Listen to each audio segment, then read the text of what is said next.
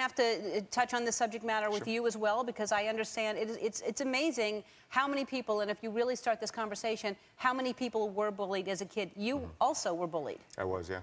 Were you this tall? No. There's no way you were this tall. No, I was not. Sometimes I wish I was back then.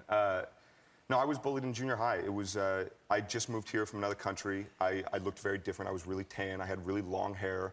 And when I first moved here, you know, McDonald's immediately became my favorite restaurant, and I, you know, started to put on a little weight, and then I had to wear like braces and headgear, and like I had an overbite, and it was a bad combination of everything, and kids in junior high latched onto it and really noticed. And then, you know, I was like, there probably wasn't a night in 6th or 7th grade where I wasn't, you know, fighting tears while going to sleep, you know.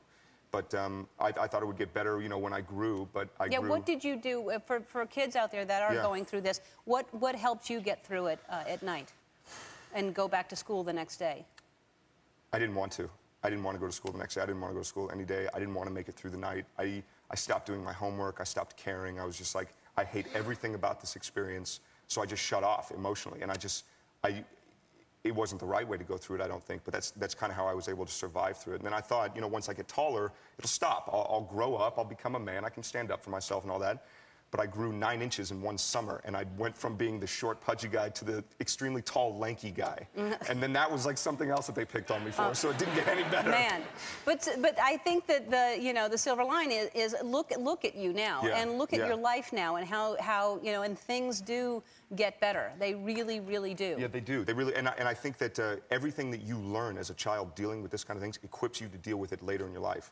I mean, especially being in a public eye in any way, there are people who want to say mean things about you, who want to say hateful things. Right. And if you learn to sort of deal with that and understand that, like, they're words, like these people, you're in junior high, you're not going to remember this kid in 5 years. You're not going to give a crap what he says. Like, none of it matters. Yeah. And you can get through it, and it's like anything else, but it's tough when you're in it. I find that if you really look at it, the bullies are the ones who never end up doing anything in their lives, and the people that have gone through it end up accomplishing more because it builds character and you become stronger. Yeah, exactly. You go these reunions and you see them 20 years later, and the bullies are the losers.